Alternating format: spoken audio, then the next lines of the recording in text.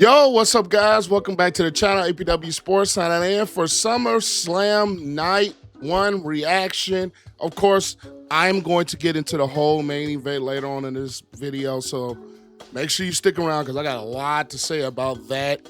And there's a lot of things that happened within this night. Night 1 of SummerSlam, and I don't want to make this intro any longer. Let's just get right into the happenings of Night 1. Now, we open the match with Jey Uso and my tribal chief, the OTC Roman Reigns, taking on Bron Breakker and Bronson Reed. Overall, I think this was a very good match. Roman Reigns and Jey Uso have things of putting on good matches. You get the spear from Roman Reigns to Bron Breakker through the barricade. You get a potential tsunami that was stopped by a Superman punch. And the beginning had the one more thing again. Only when Jey Uso does the running back, only to be interrupted by them attacking Roman Reigns. Overall, this was a very good match. I'm anticipating a Roman versus Bron Breakker match down the line at some point, maybe a WrestleMania. I'm anticipating those two getting in a one-on-one match because that is something, I'm not going to lie, I really would like to see. I really would like to see those two going one-on-one. We've seen Jey versus Bron Breakker and Bronson Reed way too many times for that to happen. But Roman versus Bron Breakker, I think this is a WrestleMania type of match. And overall, like I said, it was a good match with Roman Reigns basically taking one for Jey Uso when Bron Breakker was about to hit Jey Uso with the spear, but Roman shoved Jey out of the way to take the brunt of it.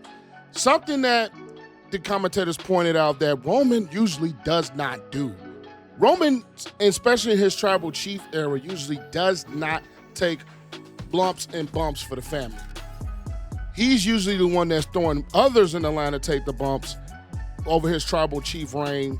This was a little different as Roman was the one that ended up taking a beat of it for Jey Uso to hit his own spear to get the 1-2-3 pin at the Uso splash for the win on Bronson Reed. So overall, this is a very good match.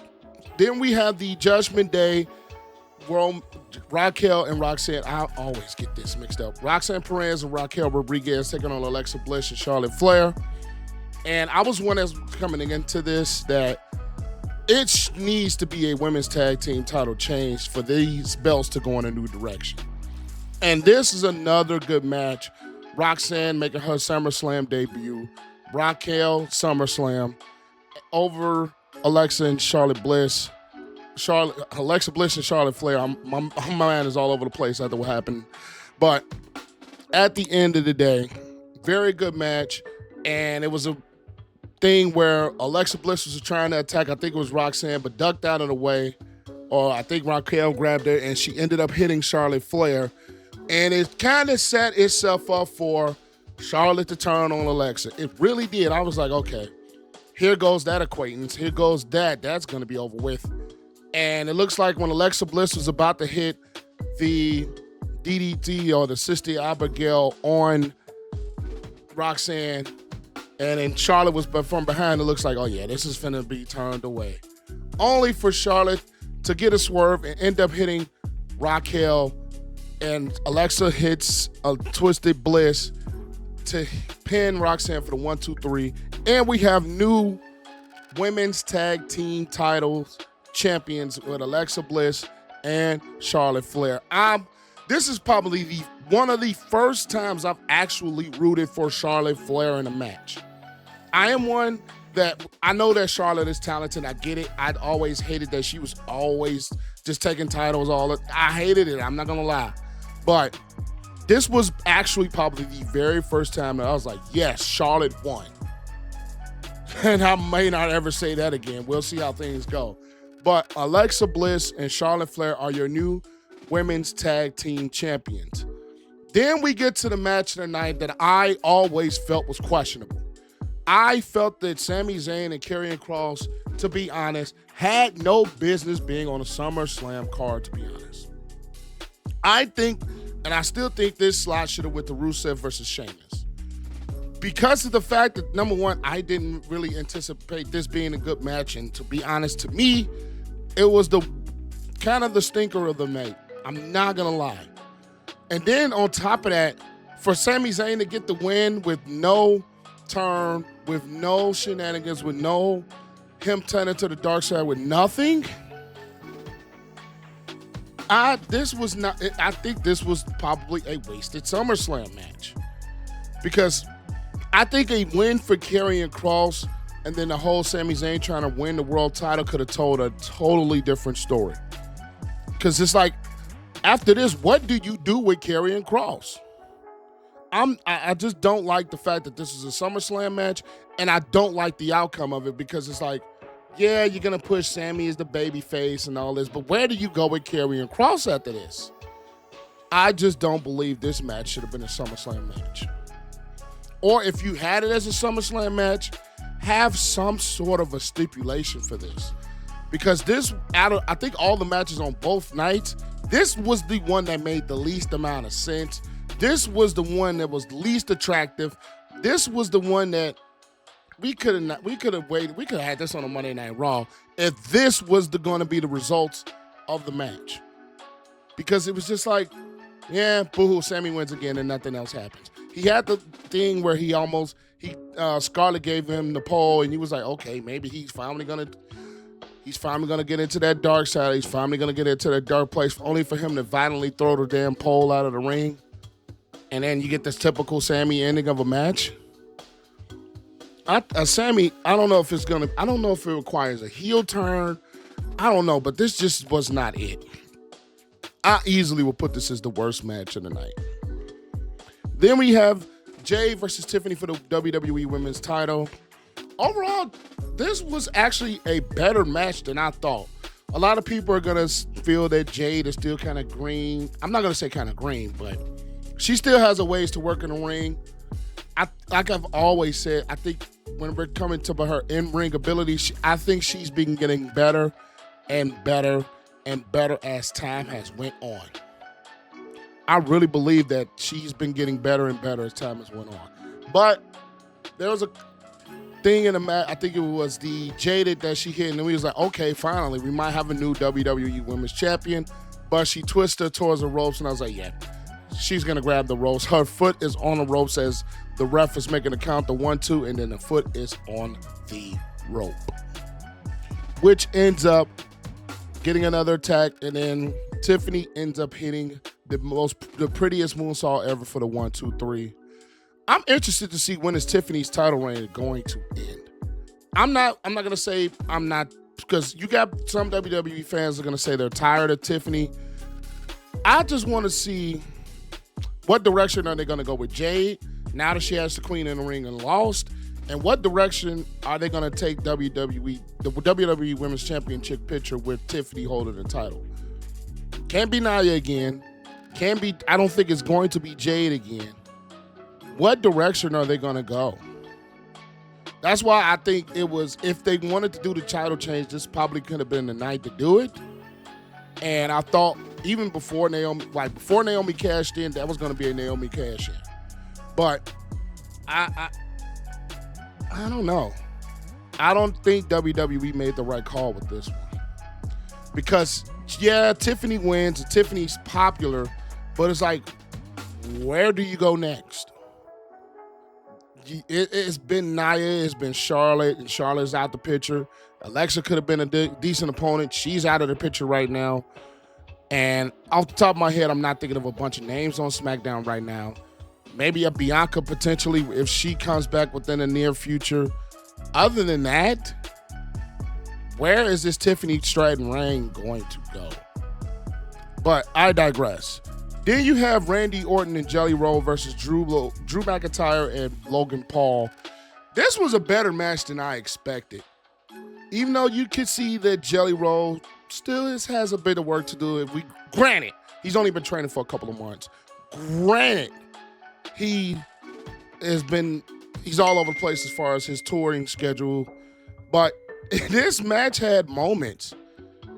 This match had the biggest moment was Logan Paul jumping on the announcer's table to Jelly Roll. That was, man, as much as I can't stand Logan Paul, I have to give him his credit. God, he can do what he can do in the ring. He can do things in the ring that a lot of other veterans just can't do, and I'll be honest. His talent has grown on me, even though I don't like a lot of things about Logan Paul, but then it's just, this match was better than, like I said, better than I anticipated, but you had Jelly Roll kind of selling it. Then he goes off to come back in the ring, do some attacks, hit the choke slam on Logan Paul. And I didn't think that Logan Paul and Drew McIntyre were going to win this match with Jelly Roll's popularity, but they ended up hitting with the Claymore. Randy Orton hits the RKO, but Logan Paul basically is set up for the frog splash, and then gets it for the 1-2-3.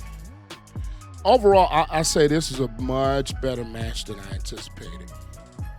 Then you got the main event with my boy CM Punk versus Gunther, and man, this was a spectacular match.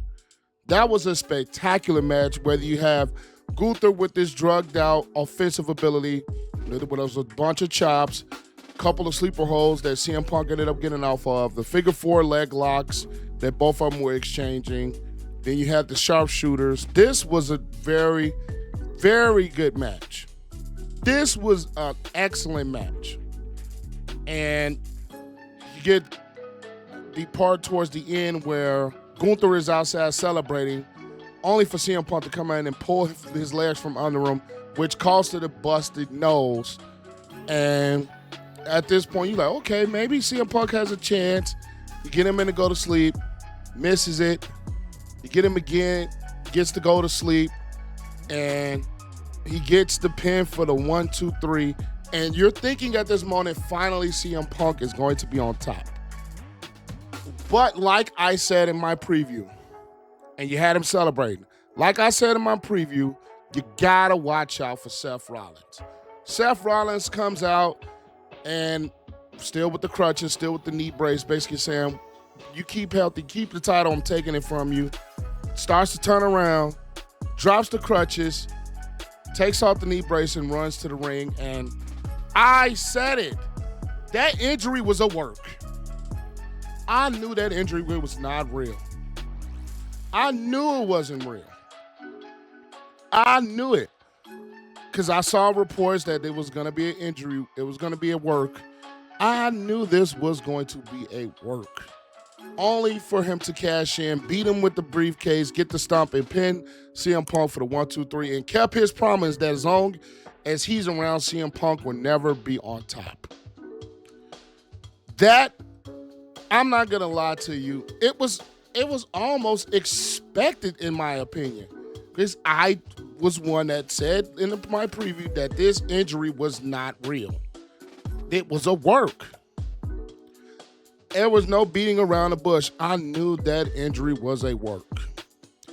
All set itself up for him to screw Punk yet again. And I was getting there, I'm like, okay, here we go. I knew this was going to happen. I knew this was coming. Maybe somebody else tries to get CM Punk for the save or something. Because I've always been one that I question even Seth winning it, to be honest with you. Because it's at this point, it's like, why we keep giving, it's almost like they're sticking the titles on the same people. I get Seth is talented, but it's like, I personally did not want to see Seth Rollins with the title yet again. I didn't. His last run was great, but I think they dropped the ball on not putting LA Knight over Seth Rollins. I just knew. Because it's like once at this point the injury became a thing and I was like, okay, this might not be real. And it turns out to not be real. And it turns out he screws CM Punk yet again.